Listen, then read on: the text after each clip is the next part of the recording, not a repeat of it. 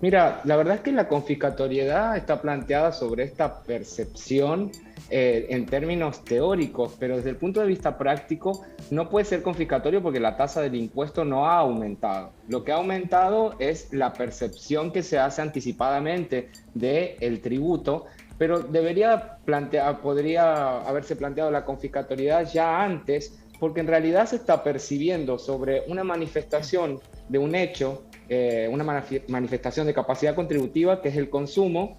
Se está percibiendo un impuesto que es impuesto al patrimonio o impuesto a las ganancias. Entonces hay una dislocación entre el hecho que estoy realizando con el impuesto que después termino pagando, para lo cual lo puedo usar. ¿Por qué? No termino de entenderlo, Iván.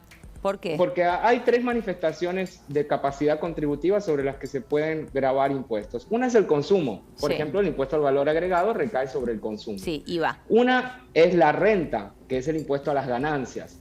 Y otra es el patrimonio, que es el impuesto sobre los bienes personales. Nosotros, en realidad el fisco se prestó para malversar las potestades que tiene de cobrar anticipadamente impuestos, porque está cobrando un impuesto que se va a utilizar para el impuesto al patrimonio o el impuesto a las ganancias principalmente, pero sobre una manifestación de consumo, que es la utilización de una compra o de un servicio prestado desde el exterior a través de tarjetas de crédito o de débito afuera. Con lo cual, la manifestación o lo que estoy haciendo, Eleonora, es consumir, y el fisco está presumiendo que estoy ganando. Claro. Esa desconexión, ya nos olvidamos de alguna forma de cómo tienen que ser los impuestos en la Argentina, porque se vienen practicando mal desde hace mucho tiempo. Pero no quiero dejar de pasar dos cosas. Por un lado, el efecto anuncio. Recordemos que la ministra, cuando tuvo la primera entrevista, dijo que no iba a hacer lo que terminó haciendo una semana después. Eso genera un desconcierto, y que la AFIP sea la herramienta a partir de la cual se utiliza las herramientas del Estado y se malversan, porque no sé qué otro término usar, las potestades que la ley de procedimiento tributario le otorga al fisco para que pueda cobrar impuestos, pero no puede cobrar más de lo que el impuesto defina. El impuesto define que la tasa máxima para las personas humanas es del 35%. Cobrar el 45% es realmente un exceso en las potestades tributarias que con buena fe la ley le otorga al fisco para poder manejarse. Esto que genera efectos mucho más allá de lo que estamos viendo en el precio del valor del dólar. Primero, genera nuevas brechas, y cada brecha es una división entre argentinos. Esta gente que habla de igualarnos a todos nos está diferenciando cada vez más. Y por otro lado, lo que genera es el efecto premio al evasor, es decir, genera informalidad. Claro. Cada una de estas decisiones tan poco pensadas desde el punto de vista macro generan eso, generan mayor informalidad, y por eso el aumento del dólar blue. Más allá de la falta de credibilidad que la ministra que recién asume, anuncia una cosa y luego hace cambia otra, ¿no? Ahora, entonces, Iván, vos decís, bueno, no es confiscatorio lo del 45, porque en realidad lo que hicieron es buscarle un vericueto y aumentar la percepción de ganancias, correcto, ¿no? ¿Esto entonces puede ser aumentado infinitamente? ¿Sí? Ese es el tema, la ley no le pone topes. O sea, yo repasaba la ley de procedimiento tributario en la que se le otorgan las potestades al fisco para hacerse de herramientas, para cobrar impuestos. ¿Vieron cómo hacen las provincias con las percepciones de ingresos brutos? Correcto. Que hasta ahí, la alícuota es del 3% y terminan percibiendo hasta el 6% a veces. Sí. Terminan siendo, no, es que es porque incumplidores o lo que fuera. Entramos en una órbita que si la justicia o el propio Estado, que realmente tiene que, de alguna manera, volver a evaluar lo que está haciendo, porque se está extralimitando, y eso puede ser muy peligroso, Eleonora, Paulino y toda la mesa.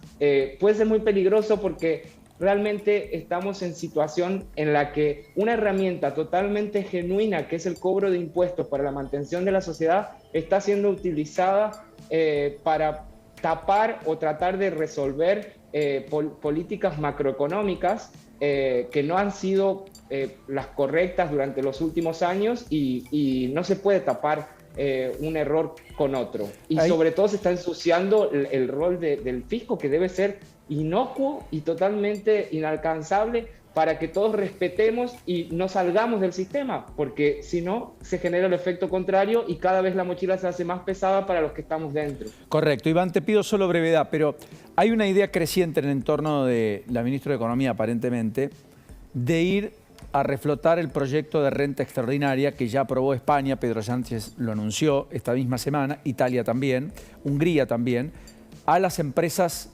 energéticas, en el caso de Europa, a propósito del diferencial de precios, pero aquí en la Argentina se va a un esquema donde van a buscar cobrarle a grandes contribuyentes algún adicional, casi como una sustitución, que no va a lograr, del famoso impuesto a la riqueza, que ya no cuentan las arcas públicas este año, pero que el año pasado le dio aire fiscal al propio gobierno. ¿Entendés que ahí definitivamente sí la mirada económica puede ser aún más compleja para la Argentina? Muchísimo más compleja. Mira, voy a hacer mías palabras de la presidenta de la Comunidad de Madrid, que ayer al aprobarse este proyecto de ley dijo: el impuesto a las compañías energéticas no es a las compañías energéticas, es a los que consumen la energía, con lo cual es a los propios españoles. Y lo mismo va a pasar con la Argentina. Lo mismo a aquellos grandes contribuyentes. No es un impuesto a los grandes contribuyentes, va a ser un impuesto a quienes hagamos uso de los bienes y servicios que ofrecen esos grandes contribuyentes. Entonces va a ser sobre todo los argentinos. Todos los impuestos, desde hace muchísimo tiempo se confirmó que se trasladan al precio, con lo cual esto es una espiral inflacionario. Cada medida que tomen, si no es la baja de impuestos sostenida, y no es que sea un capricho, sino que es la única herramienta que les queda probar y que realmente va a generar efectos positivos, todo lo demás se va a trasladar a precios y vamos a continuar generando este espiral inflacionario en el que estamos inmiscuidos, y sobre todo mayor pobreza y mayores desigualdades en un país que está realmente diezmado. No sabemos para dónde mirar, los empresarios están deprimidos, los trabajadores no saben qué hacer. Es una situación muy compleja, con lo cual llamo a la cordura, por favor, de nuestros gobernantes, a pensar un poco antes de hablar y a decir, pensar y hacer en consecuencia. Iván, un enorme abrazo. Gracias, como siempre, por la delicadeza.